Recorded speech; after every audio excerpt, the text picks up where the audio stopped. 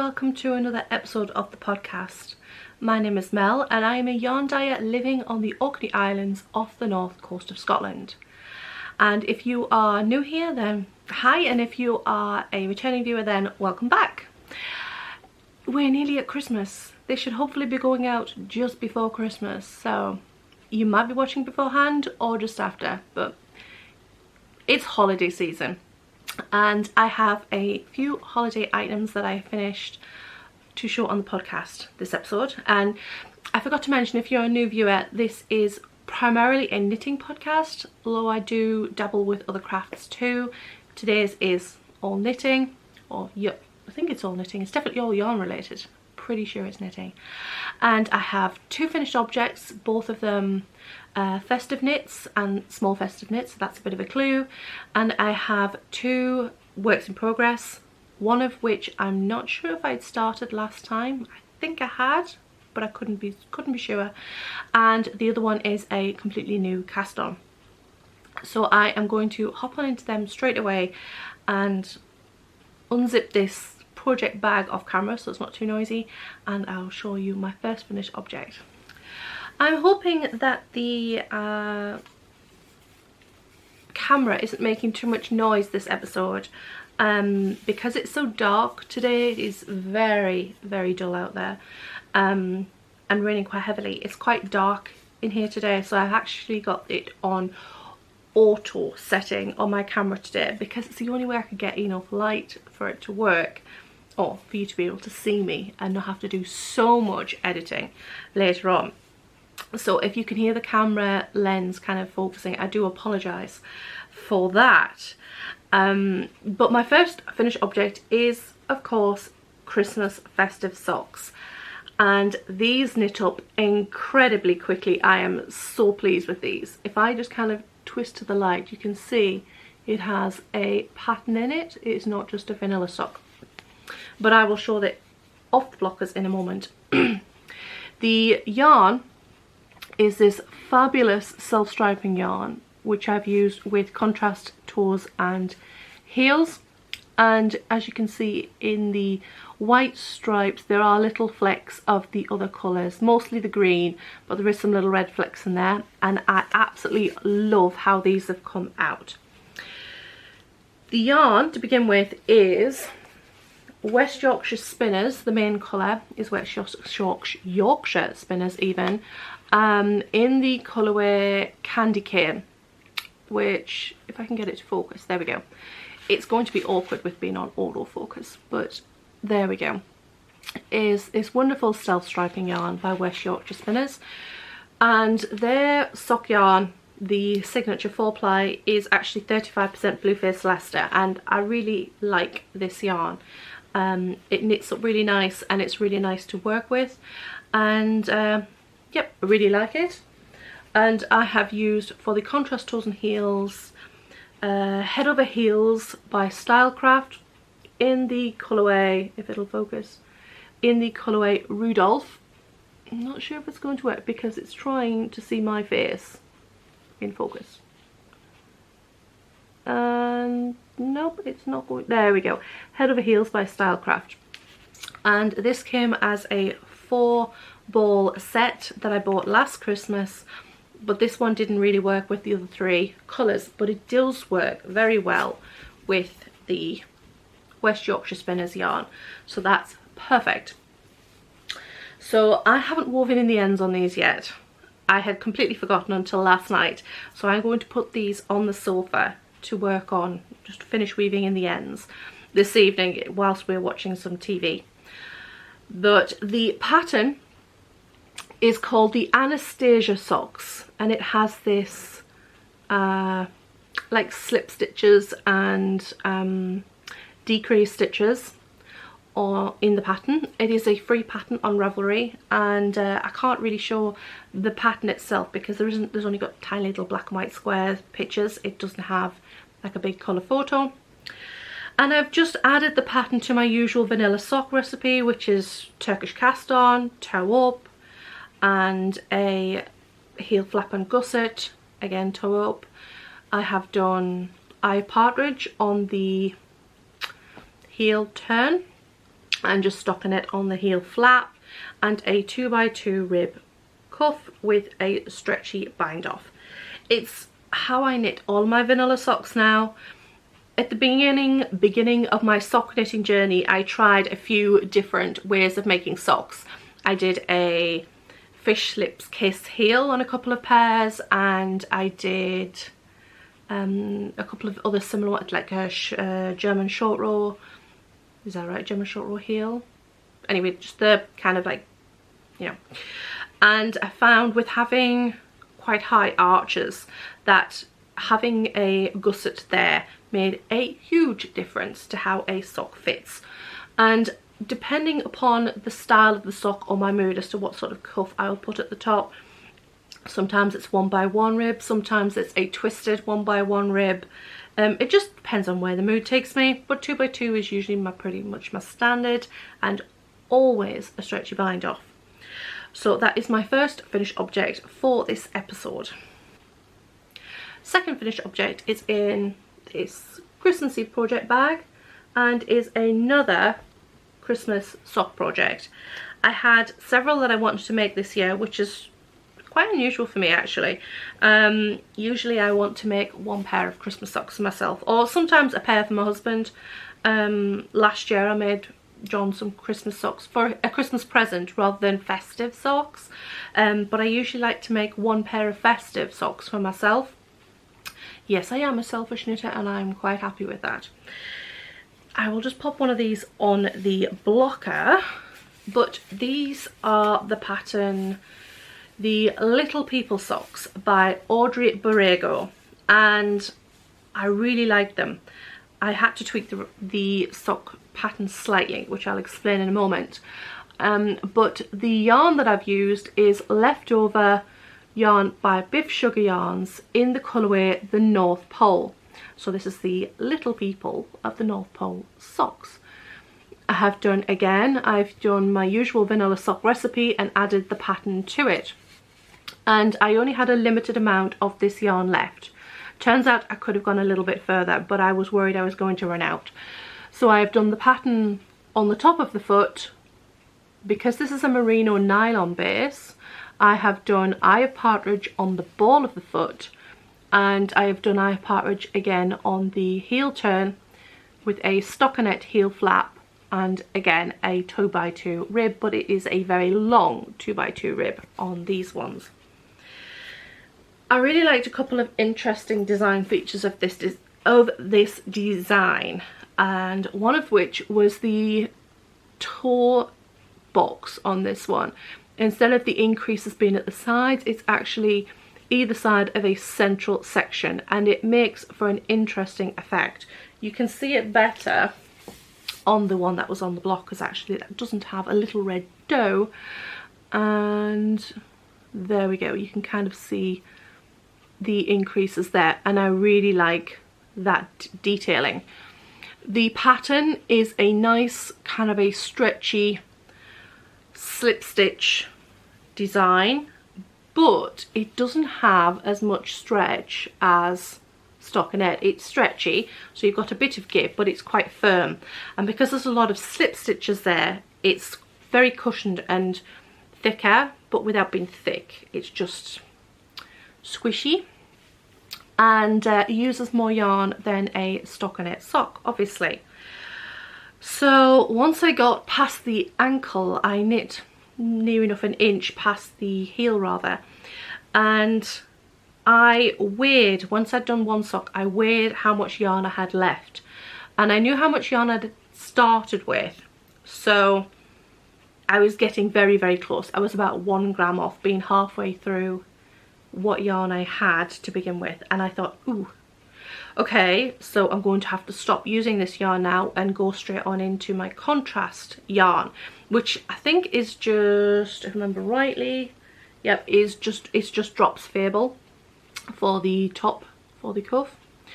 So I thought, okay, so I'm going to have to go into that, but I don't want a huge great big block of red at the top, so instead I just put in one pattern repeat of the red, one more pattern repeat of the original colour yarn, and then just made a really long cuff on it to bring them up to the sort of length that I like for a sock. I don't usually make an extra long sock, although I have been making them longer the past 6 months or so than when I used to.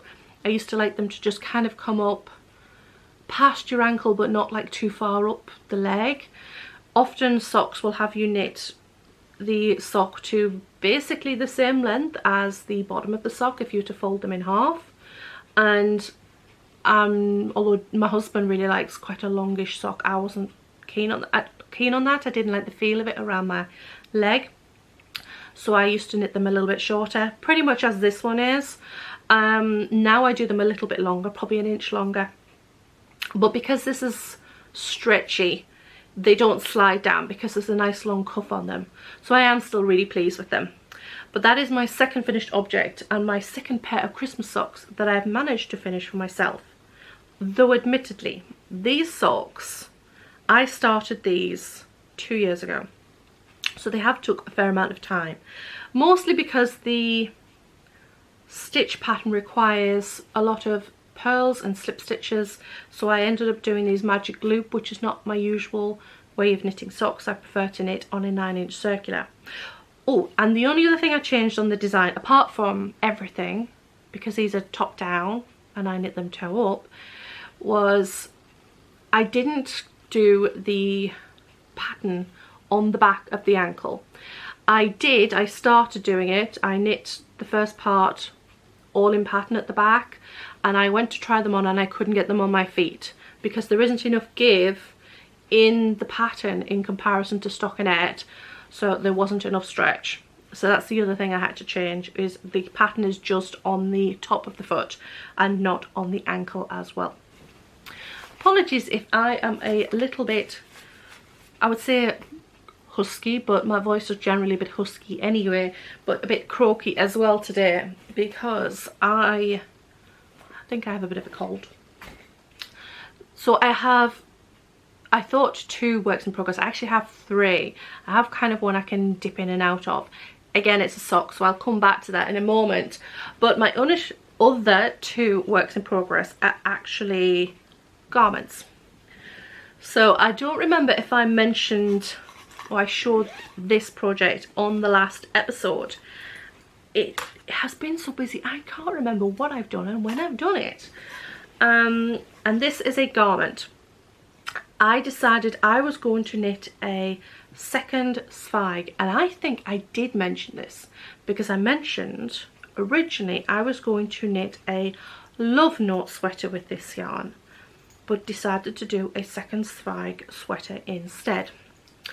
So this is the sweater so far and I absolutely love it. Absolutely love it. I have used the yarn, the special yarn for the main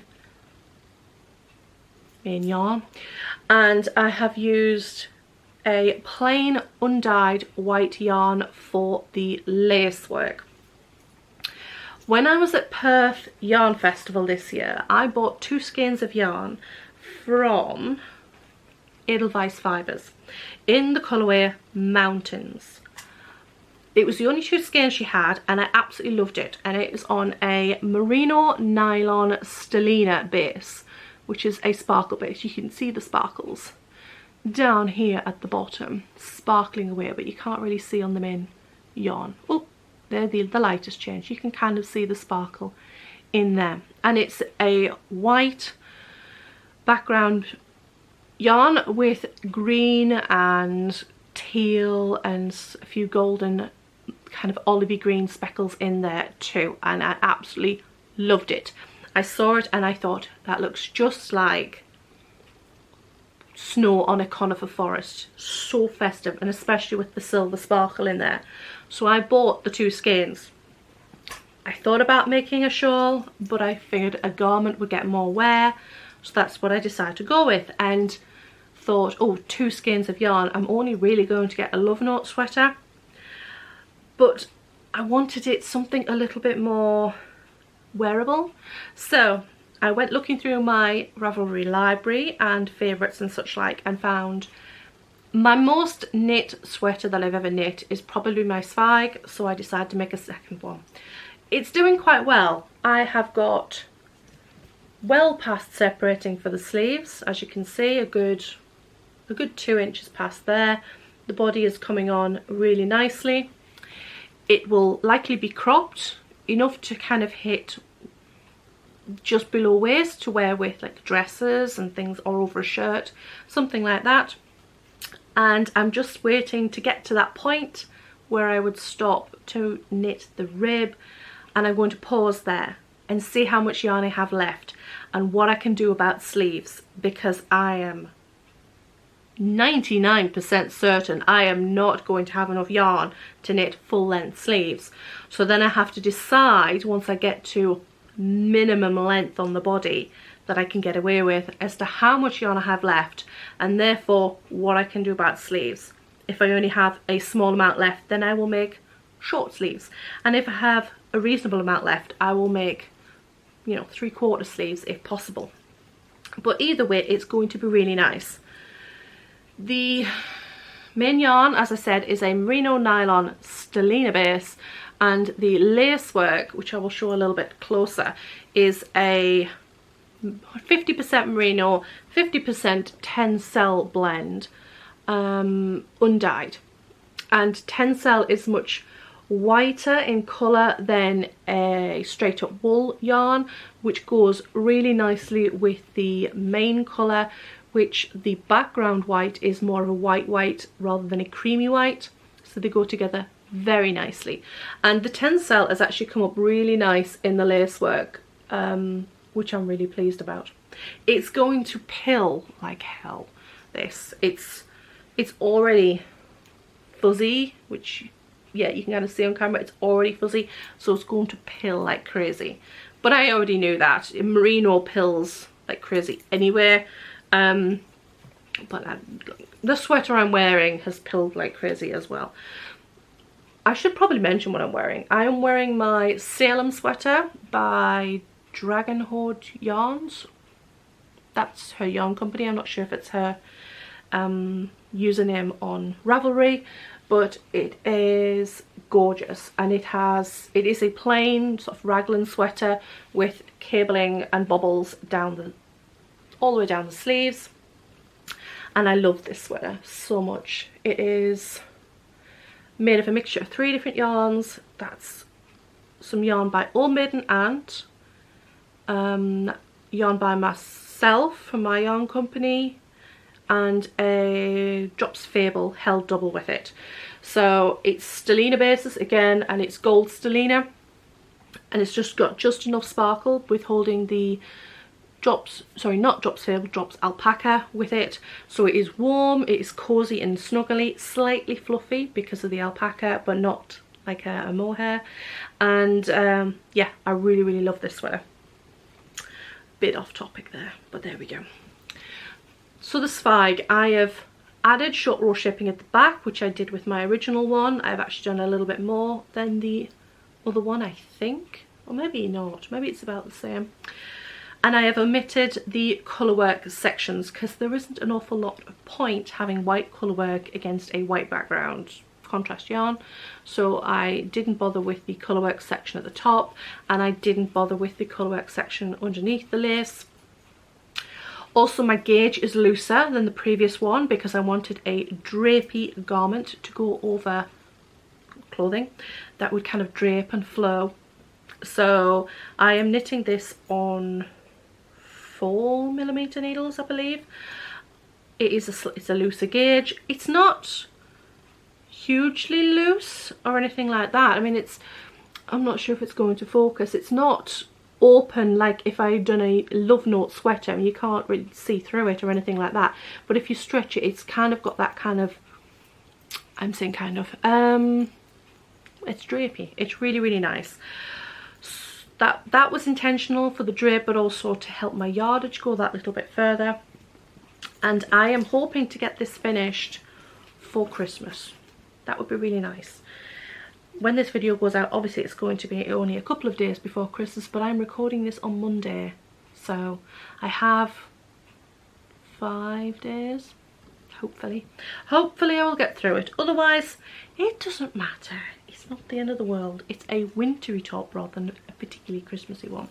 So that brings me to my final, no, second to final, but my final garment and new cast on. And I have cast on the Bubble Cardigan by Stephen West. And I'm throwing it on the floor, but I have knit almost to the end of the first section of the sweater, which is the front, or cardigan rather, not a sweater.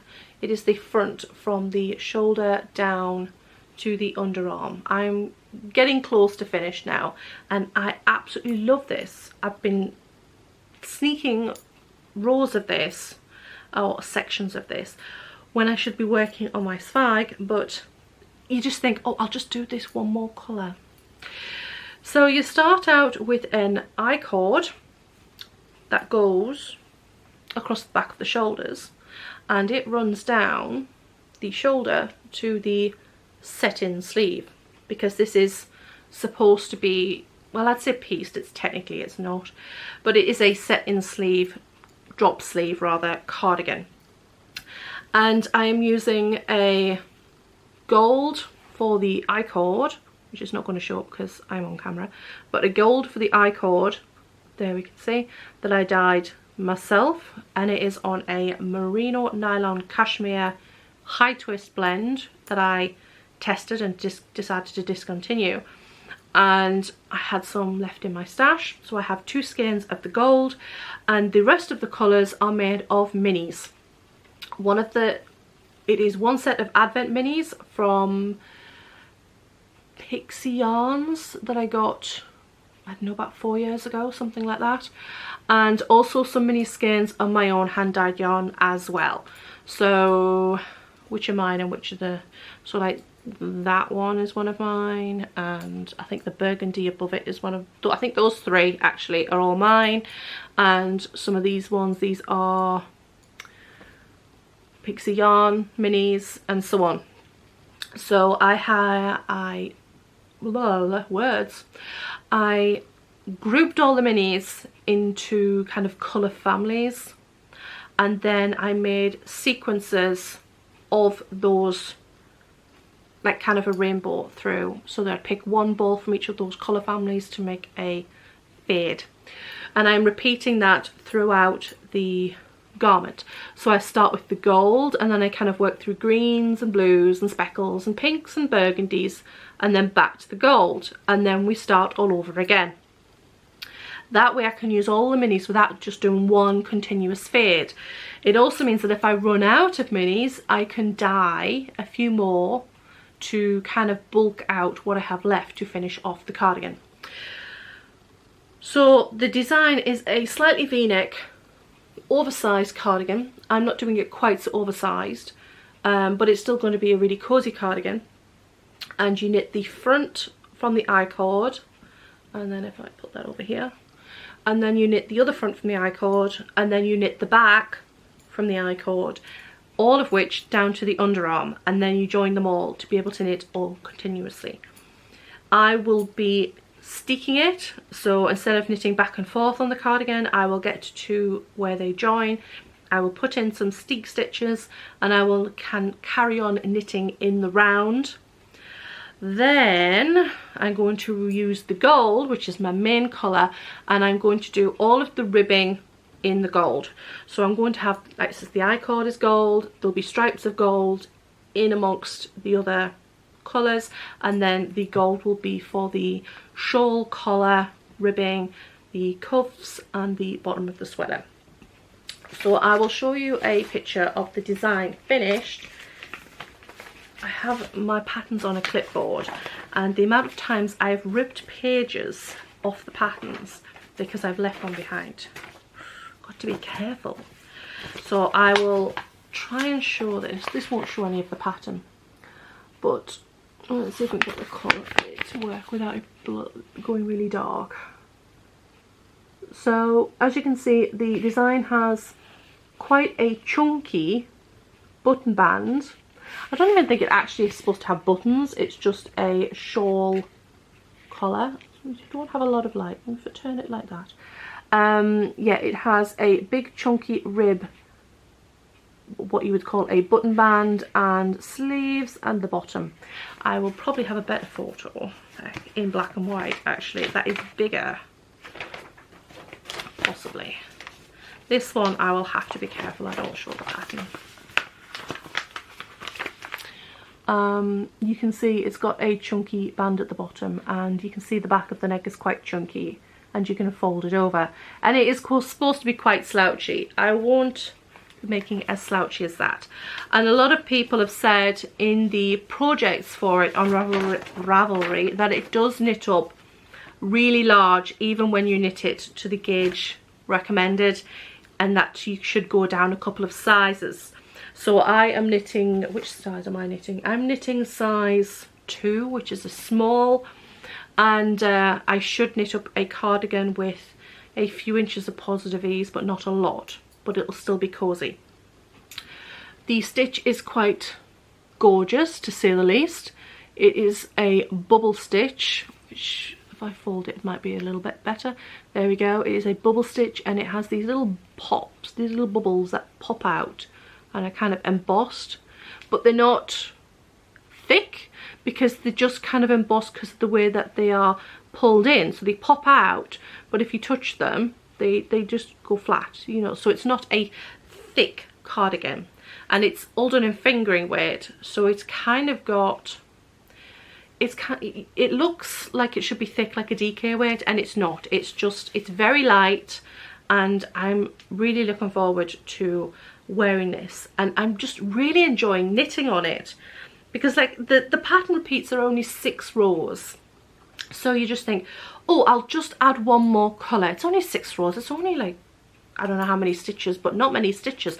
I'll just do one more colour, and you do that and you're just like, oh, that looks really pretty, but it doesn't really show the bubbles really well until you do that the second row of the next colour. So I'll just do the 2 rows of the next colour, so I can really see the bubble on like the previous colour you've just done, and then that's how you end up doing it, and you end up knitting like 4 colour repeats before you know it. And yeah, I am loving knitting on this. I said to myself at the beginning of December that I wasn't going to worry about finishing Christmas knits in time for Christmas. It puts too much pressure on. Instead, I was just going to enjoy knitting with Christmas yarns over the Christmas period, and that's what I've done. So the Christmas socks, although I finished them, and that's great, it was more a case of being able to use those Christmas yarns through the December basically, and that's kind of how I've tried to be this Christmas without that pressure. So like I said, although this fag might not be finished in time for Christmas, I'm not going to worry about it. I'm just enjoying knitting a festive knit whilst watching a festive movie or what have you. So the last object is one I cast on when I'd come to a point, one second, when I had come to a point in whichever garment, I think I had to pick up stitches on the I cord for the bubble cardigan, and the swag, I was at the point where I had knit the lace twice. I'd knit half of the lace, probably more than half the lace, and it was too loose a gauge, and I actually went down a needle size just for the lace section on this fag, but it was too loose. So I was at a point where I had nothing to work on, and I don't like watching TV when I'm not knitting or some other craft.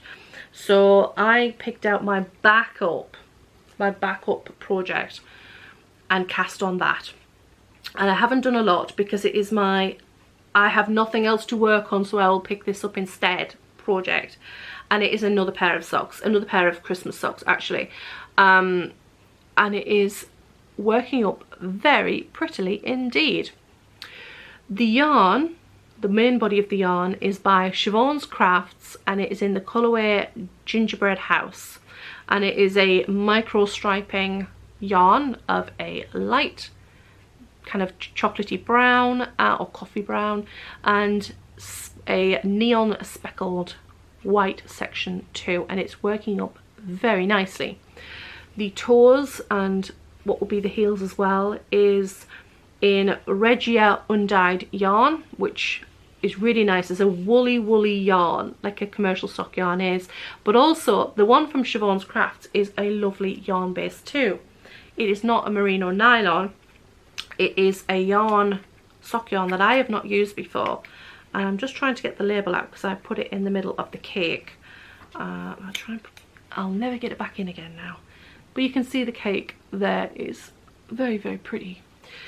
The yarn base is a 85% superwash Polworth, 15% nylon base. So it has less nylon in than sock yarns, hand-dyed sock yarns typically are, which is 25%. And actually most commercial sock yarns, 25%.